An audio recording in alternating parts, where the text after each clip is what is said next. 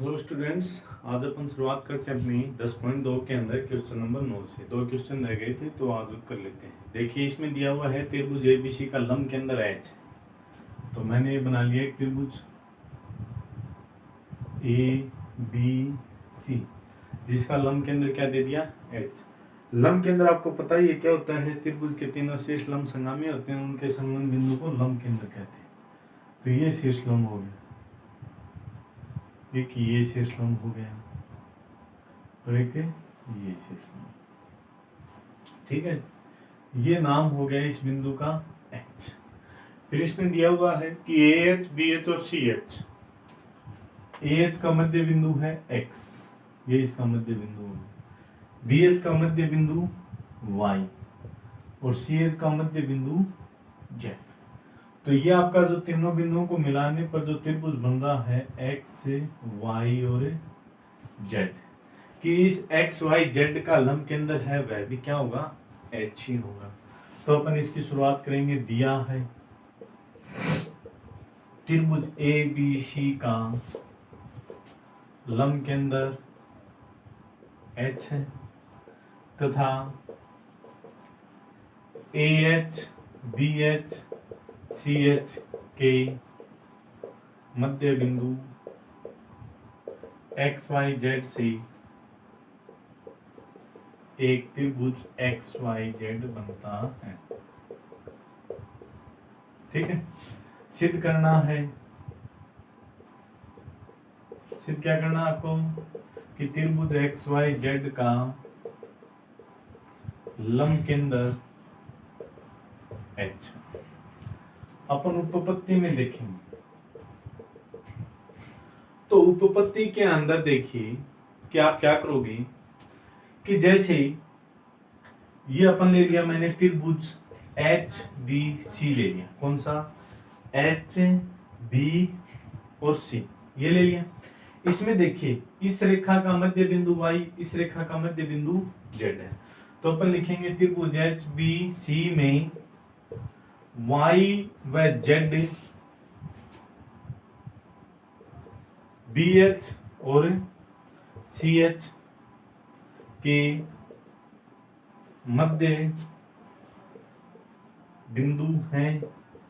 तो y z रेखा BC के समांतर व आधी होगी, क्योंकि ये बात अपन जानते हैं कि किसी भी त्रिभुज की दो भुजाओं के मध्य बिंदुओं को मिलाने वाली रेखा तीसरी भुजा के समांतर और उसके आधी होती है। तो वाई जेड है वो समांतर होगी किसके, बीसी के। अब मैं लिख सकता हूं कि जैसे इसको नाम दे दिया डी ई और एफ, कि ए डी लंब था, शीर्ष लंब हो गया किस पे, बीसी पे। तो ए डी लंब होगा किस पे, वाई जेड पे। और एडी का लंब के अंदर क्या है, एच। ठीक है भाई, एडी का लंब के अंदर क्या है, एच। यानी एडी एक शीर्ष लंब था और इसका लंब के अंदर क्या हो गया, या इसका संगम बिंदु अपन बोल सकते क्या है, एच है। फिर इसी प्रकार बीई जो पूरा है लंब था वो किस पे, एससी पे। तो बीई लंब होगा किस पे फिर, एक्स जेड पे। और इसी प्रकार सी एफ लंब था एबी पे, तो सी एफ लंब होगा किस पे, एक्स वाई पे। तो अपन लिख सकते हैं तो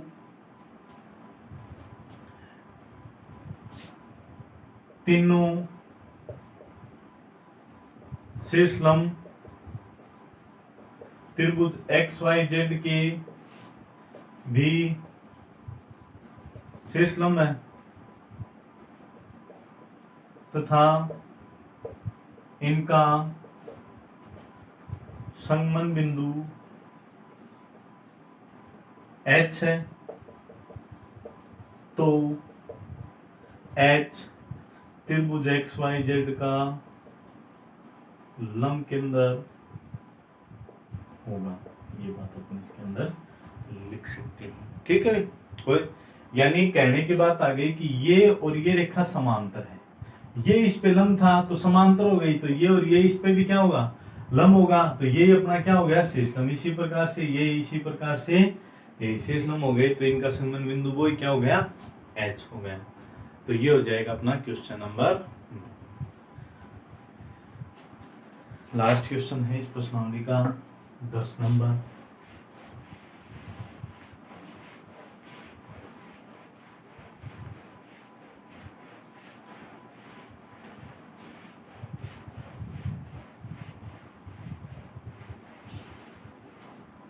देखिए 10 नंबर क्वेश्चन दिया हुआ है, त्रिभुज ABC की भुजा BC में वह बिंदु ज्ञात करो जो AB, AC से समदूरस्थ हो। ये अपन को सिद्ध करना है, तो इसमें सबसे पहले अपन चित्र बनाते हैं।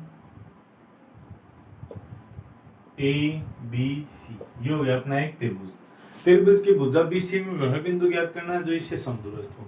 तो मैंने क्या किया, ये जो कोण A था ना, इसकी एक समद्विभाजित रेखा खींचनी, जो इसको कहां पर प्रतिच्छेद कर रही है, D बिंदु पर प्रतिच्छेद कर रही है। क्या कर रही है, D बिंदु पर प्रतिच्छेद। ये समद्विभाजित था तो कोण 1 बराबर कोण क्या ले लिया, 2। यानी अपन लिखेंगे त्रिभुज ABC में एक में कोण A की समद्विभाजित रेखा खींची जो BC को B पर प्रतिच्छेद करती है। तो इसमें दिया है वो अपन लिखेंगे नहीं, क्योंकि इसमें सिर्फ तो अपन को करना नहीं, अपन को तो ज्ञात ही करना है। तो ये हो गया, ठीक है भाई। अब इसके ऊपर 8D पर एक बिंदु क्या लिया, H लिया। 8D रेखा पर एक बिंदु H लिया, ठीक है। H से AB और AC पर क्या डाले, लंब डाले, H E और H F, H लिया। H से रेखा AB, AC पर लंब, AB पर तो HF है और इस पे HE खींचे या डाल ले, ठीक है भाई, कोई दिक्कत वाली बात नहीं है। अच्छा जी, अब इसके अंदर देखिए आप क्या कर सकते हैं। अपन ने लिया त्रिभुज AHF व त्रिभुज AHE में कोण 1 बराबर कोण 2, ये समद्विभाजित था, और कोण F बराबर कोण E, ये 90 डिग्री का आ गया, और AH बराबर AH क्या आ गई, उभयनिष्ठ। उभयनिष्ठ आ गई, तो उभयनिष्ठ आ गई तो अपन क्या लिखेंगे कि त्रिभुज ASA से त्रिभुज AHF सर्वांगसम त्रिभुज AHE, ये दोनों त्रिभुज क्या सर्वांगसम आ गए। सर्वांगसम आते ही तो HF बराबर हो जाएगी किसके, HE के। तो यानी अपन को क्या दिया था, त्रिभुज ABC की भुजा BC में वह बिंदु ज्ञात करो जो AB और AC से समदूरस्थ हो। तो वह कोई भी बिंदु हो सकता है। अपन ने बिंदु H ज्ञात कर लिया, तो अपन इसका कारण क्या लिखेंगे कि कोण A की समद्विभाजित रेखा पर कोई भी बिंदु लेंगे तो वह AB, AC से समदूरस्थ होगा। यानी मैंने इस पे एडी पे एक बिंदु एच लिया और ये एच क्या आ गया, इन दोनों रेखाओं से समदूरस्थ अपन ने बात सिद्ध कर दी। तो इसीलिए अपन इसका कारण क्या लिखेंगे कि कोण ए की समद्विभाजित रेखा पर कोई भी बिंदु लेंगे तो वह ए बी और AC से क्या होगा, समदूरस्थ होगा। और ये हो गई अपनी प्रश्नावली 10.2 की पूरी। इसको अच्छे तरीके से आप निकाल लेना और अपनी कॉपी में लिख लेना। अगर कोई दिक्कत आए तो पूछ भी लेना।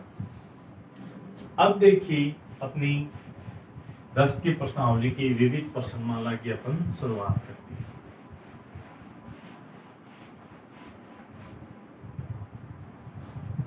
तो इसमें देखिए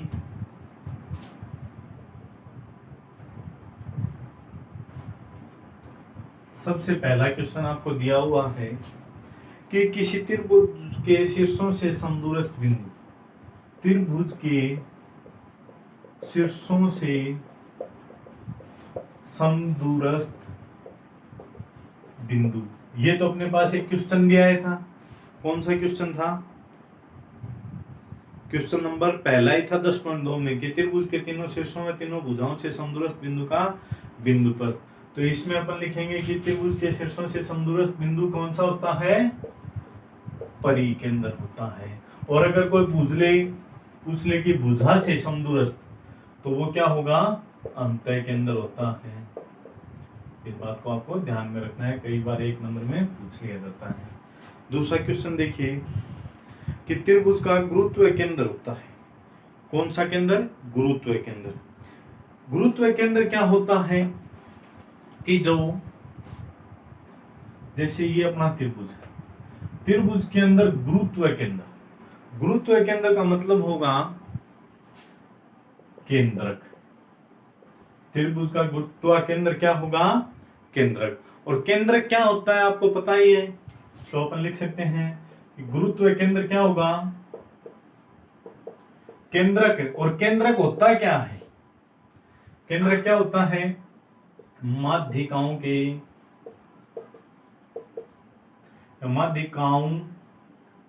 का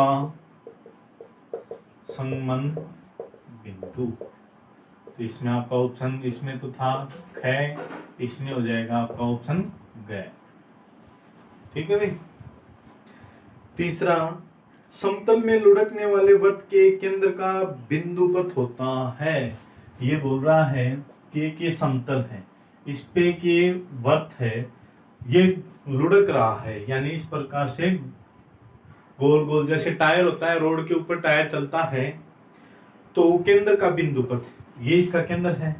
ये आगे आएगा, ये रहेगा, यही रहेगा, यानी केंद्र तो एक ही जगह स्थिर रहता है ना, आगे से एक रेखा। तो इसका बिंदुपथ क्या होगा, समतल के समांतर। क्या होगा, समतल के समांतर। रेखा दिया हुआ है तो रेखा ये हो जाएगा ग। ठीक है भाई, ये आपके विविध के 3 क्वेश्चन हो गए।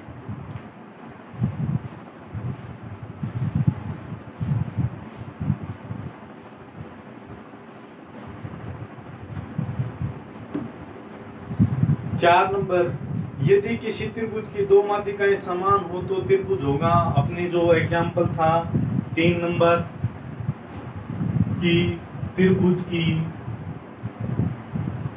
दो माध्यिकाएं समान, कौन सा त्रिभुज, समद्विबाहु त्रिभुज। और अगर 3 माध्यिकाएं समान हो जाएं तो समबाहु त्रिभुज।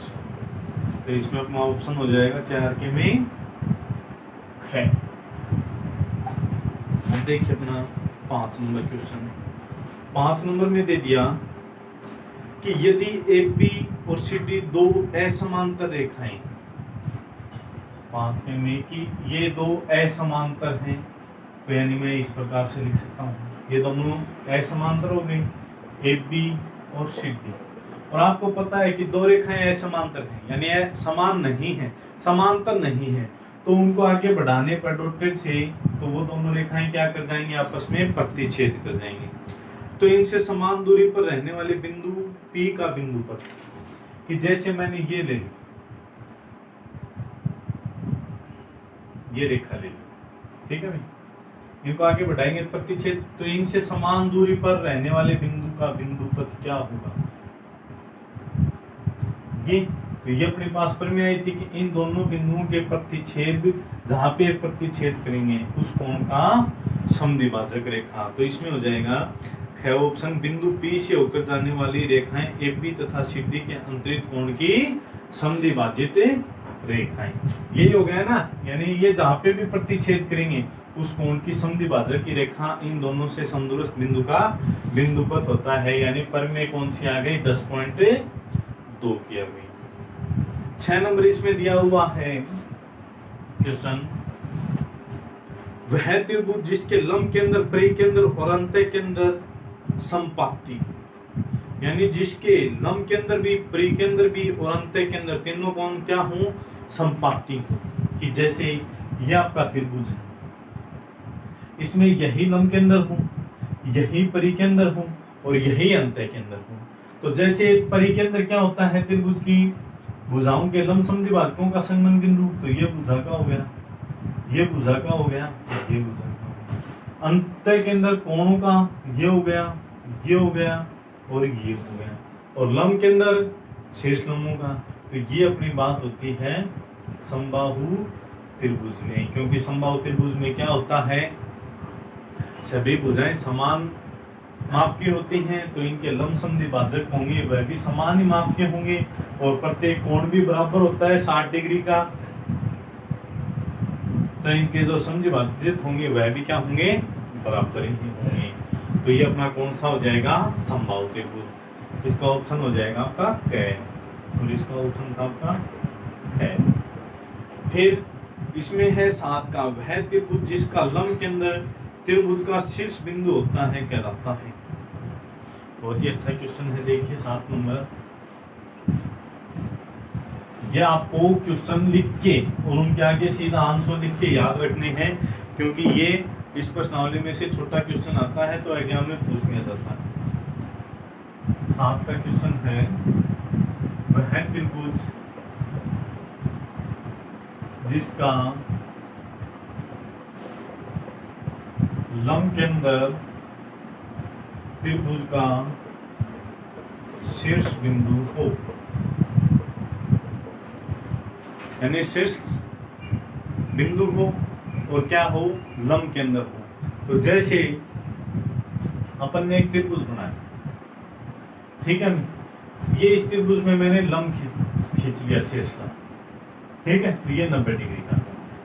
तो वह त्रिभुज जिसका लंब केंद्र क्या हो, त्रिभुज का शीर्ष बिंदु।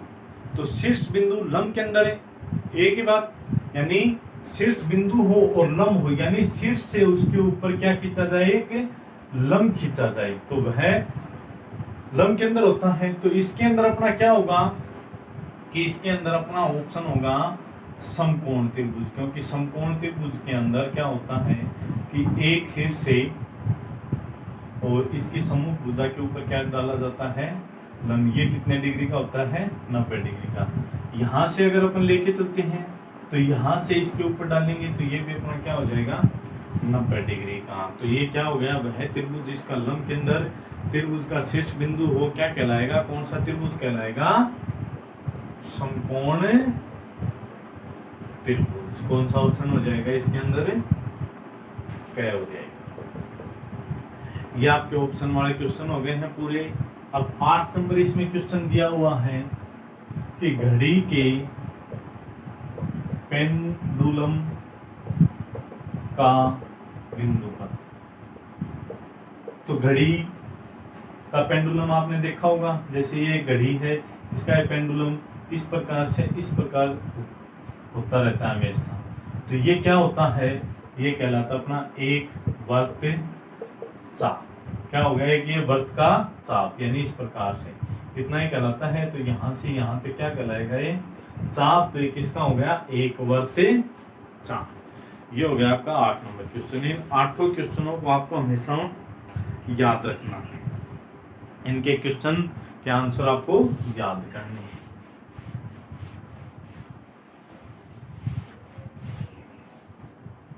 लास्ट क्वेश्चन अपने विविध का 9 नंबर त्रिभुज ए बी सी की भुजाओं BC CA AB के मध्य बिंदु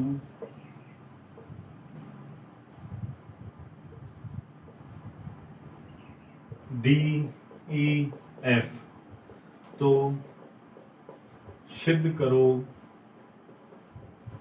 कि EF AD को समद्विभाजित करती है। ये बात अपन को सिद्ध करना।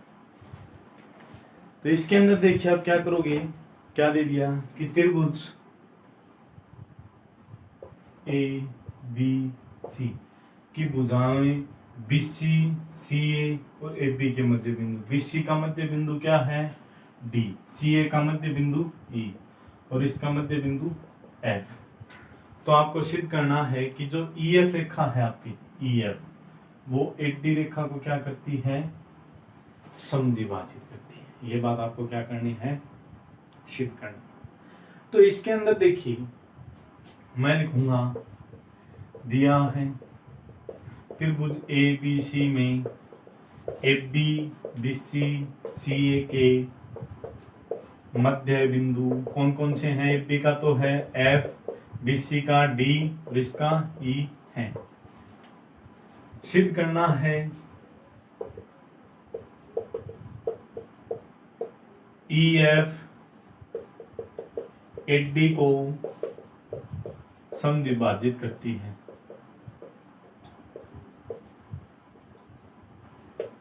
जैसे मैंने इसको नाम दे दिया G, तो अपन को सिद्ध करना है HG बराबर GD, अर्थात रचना में अपन क्या करेंगे, D को E, F से मिलाया। ये मैंने D को F और E से क्या कर दिया, मिला दिया। अब अपन देखेंगे उपपत्ति। तो उपपत्ति के अंदर देखिए अपन लिख सकते हैं कि EF रेखा BC के समांतर व आधी होगी। क्यों गिरी, क्योंकि त्रिभुज की दो भुजाओं के मध्य बिंदुओं को मिलाने वाली रेखा तीसरी भुजा के समांतर और उसकी आधी होती है। तो EF समांतर हो गई BC की और EF आधी हो गई BC की। ठीक है भी। तो अब देखिए कि BC की आधी क्या होगी, BD होगी या फिर BC होगी। तो EF है वो BC के समांतर थी तो ये BD के भी समांतर होगी और EF के आधी क्या थी, BC की, तो इसके अपन EF के बराबर क्या लिख सकते हैं, BD। समीकरण 1 दे दिया। कहां से लिखिए बात, समीकरण 1 से लिख दी ये बात अपन ने। ठीक है भाई। तो अब अपन ये रेखा इस रेखा की क्या हो गई, समांतर हो गई और इसकी दोनों रेखाएं क्या हो जाएंगी, बराबर। फिर इसी प्रकार EF समांतर होगी CD के और EF बराबर होगी किसके, CD के। ठीक है भाई, इतनी बात अपने कर ली। अब इसके बाद में देखिए आप क्या कर सकते हो। अब अपन लेके चलेंगे त्रिभुज FAD में। कौन सा त्रिभुज, FA और D, ये त्रिभुज देखें, नहीं सॉरी ABD में त्रिभुज ABD में मैंने ले लिया त्रिभुज A B और D। ठीक है भाई। तो इसमें मैं लिखूंगा कि एफ जी है वो समांतर होगी क्या, किसके होगी, बीसी के, क्योंकि आगे कारण भी लिख सकते हैं, क्योंकि एफ ई समांतर थे किसके, बीडी के, थे ना एफ ई समांतर। अच्छा भी, तो ये एफ जी था, ये इसी के ऊपर स्थित था, तो ये भी इसके क्या हो जाएगी, समान। अब देखिए अपने 9th क्लास की एक प्रमेय है क्या, कि यदि किसी त्रिभुज में एक भुजा के मध्य बिंदु से दूसरी भुजा के समांतर एक रेखा खींची जाए तो वह तीसरी भुजा को समद्विभाजित करता है।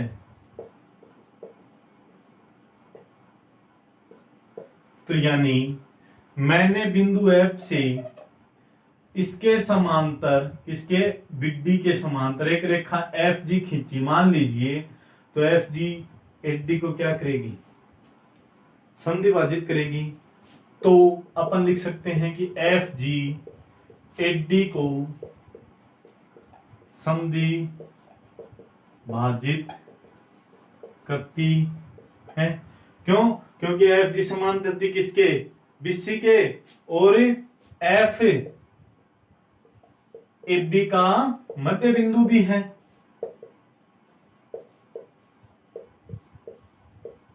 तो एफ जी एफ डी को क्या कर रही है, समद्विभाजित।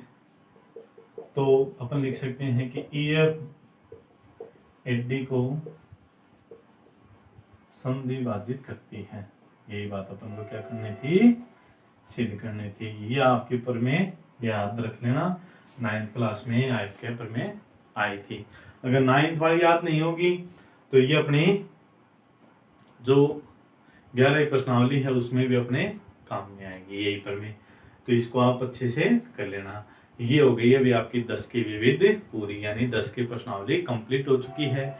इन पर में को एक बार आरामदायी से निकाल के देखना। कल से अपन शुरुआत करेंगे अपनी 11 की।